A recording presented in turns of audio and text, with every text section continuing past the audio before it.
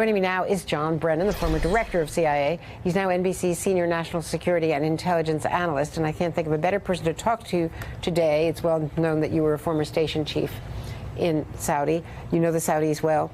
You can walk and chew gum at the same time, as LBJ said memorably. You can be an ally of Saudi Arabia with mutual interests in Syria, against Iran, against Iranian terrorism, and still draw a line against the murder of a Washington-based American resident journalist, Washington Post journalist, arguably ordered by the leadership, and the other excesses of what's been going on in the civil war in Yemen.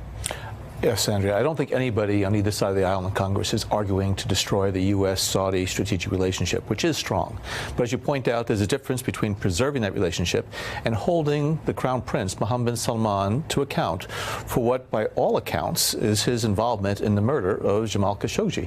And the failure of this administration to do that, I think, sends a very bad signal, not just to Saudi Arabia, that they can get away with this, but also to other despots around the world who may decide to take these actions, including against U.S. persons, American journalists. I mean, this is outrageous. And the fact that Donald Trump and now Mike Pompeo also, in his Wall Street Journal op-ed, are making excuses and trying to defend what I think is the indefensible, I think it should outrage senators, again, both Democrats and Republicans. I want to read to you something that the president said to Phil Rucker and Josh Hawley in the Washington Post yesterday in their interview. This is similar to what he has said in the last week or so publicly about the CIA's assessment and about the murder of Jamal Khashoggi. He asked about Mohammed bin Salman, the Crown Prince. I know him well, the Crown Prince. And by the way, never did business with them, never intend to do business with them, he brings up parenthetically. But I just feel that it is very, very, very important to maintain that relationship. It's very important to have Saudi Arabia as an ally if we're going to stay in that part of the world. Now, are we going to stay in that part of the world? And he has frequently gone on to make outlandish claims about the Saudi arms deals. Just to ignore the fact-checking of all those inflated numbers right now.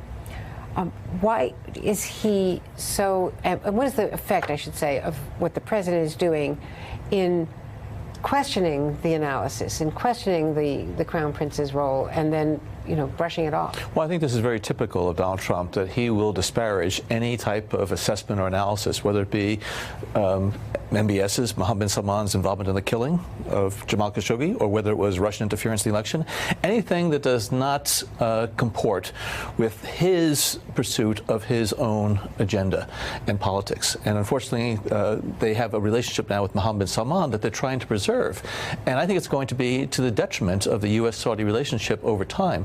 So I think everybody wants to preserve this relationship, but the Saudis, and particularly King Salman, has to purge the country of the cancer that has taken root in the country. What about Gina Haspel not showing up today? This was a briefing that, ordinarily there would be a top figure from CIA at this kind of all-Senate briefing. Well, I think what they're looking for is the intelligence that they need to take into account as they try to formulate policies and legislation. And not having either Gina Haspel, the director of CIA, or Dan Coats, the director of national intelligence, participating in that briefing, I think, as the Senator Durbin said, the empty chair speaks a lot.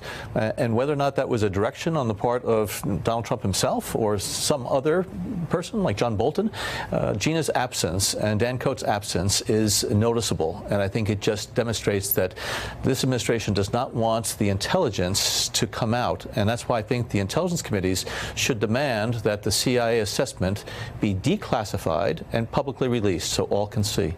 Now, I want to just clear up terms of art here, because the CIA makes an assessment based on their best analysis, and they say with whatever confidence that assessment is delivered. It's never a 100% conclusion. So when the president says, well, they didn't really decide, maybe he did, maybe he didn't, he's using the wiggle room that is always the case with a CIA assessment. Mm-hmm. It can be low confidence, high confidence, relatively high confidence. Am I correct about those terms? Well, if the press accounts are correct, and they say that CIA has determined with high confidence that Mohammed bin Salman was involved in some manner in this killing, that is a rather straightforward and strong CIA assessment, which is based on intelligence nuggets as well as the expertise that CIA brings to the table on what they know about Saudi Arabia, what they know about Mohammed bin Salman, what they know about the actions, whether or not this is information that CIA gets on its own or relies on its partners overseas, whether it be the Turks, whether it be others. And therefore, coming to that conclusion of high confidence, it was an affirmative assessment in terms of the involvement of Mohammed bin Salman in the killing. I wanted to show you what happened when our colleague Hallie Jackson was trying to pin John Bolton down yesterday in the briefing room, the National Security Advisor, as to whether or not he had listened to the tape that we understand Gina Haspel has listened to the audio tape of that murder. No, I haven't listened to it.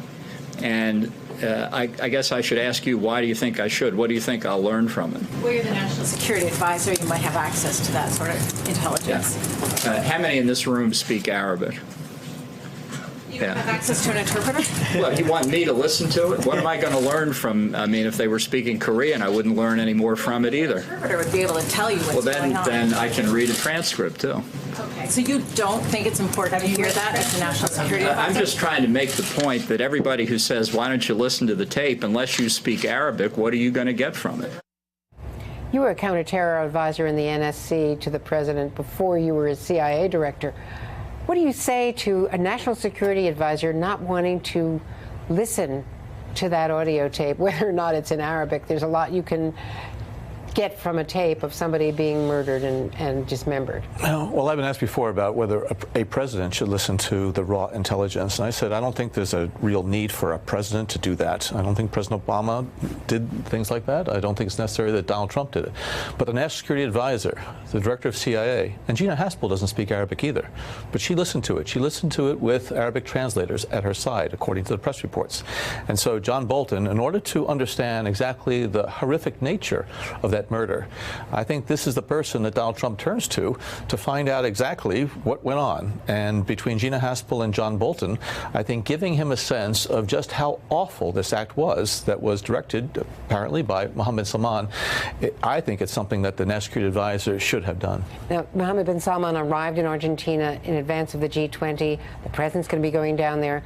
There's no one-on-one meeting scheduled right now, but should the president meet with Mohammed bin Salman? Well, if Donald Trump is going to meet him in order to look him in the eye and say, and read him the Riot Act, that this was outrageous and his involvement is something that is well beyond the pale and that he is going to be held to account, then there's a reason to meet with him.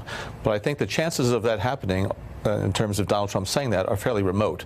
So no, I think Mohammed bin Salman needs to be shunned and, be an international pariah at this point because of what he did to this American journalist at the consulate, the Saudi consulate in Turkey. So I don't think that Donald Trump should meet with him unless he is going to, as I said, read in the Riot Act. And one final question. The issue of the Putin meeting that's now scheduled. A summit with Putin is scheduled at the conclusion of this G20 in Argentina. The last one, as you well know, was in Helsinki, and we know what happened there. Should they meet one-on-one without advisors there, without note takers, professional note takers? And should the president give him the Riot Act about what just happened in Ukraine? Well, I think he needs to underscore just how serious the situation is right now in the Ukraine, Crimea area, and how it can escalate, and how the United States is not going to tolerate this type of Russian aggression in these waters. So, I don't know whether or not Donald Trump has the gumption to do that and the intestinal fortitude. I don't think he should meet with Putin one-on-one in a sit-down like he did in Helsinki. He should have John Bolton or some other people there, not just a translator. This is what presidents have done in the past, but I have lost confidence, well, not that I had much to begin with, in Donald Trump's ability to carry out these affairs of national security policy in an honest and an enlightened manner. John Brennan, thanks very much. Thank you, Andrea. Hey there, I'm Chris Hayes from MSNBC. Thanks for watching MSNBC on YouTube. If you want to keep up to date with the videos we're putting out, you can click subscribe just below me or click over on this list to see lots of other great videos.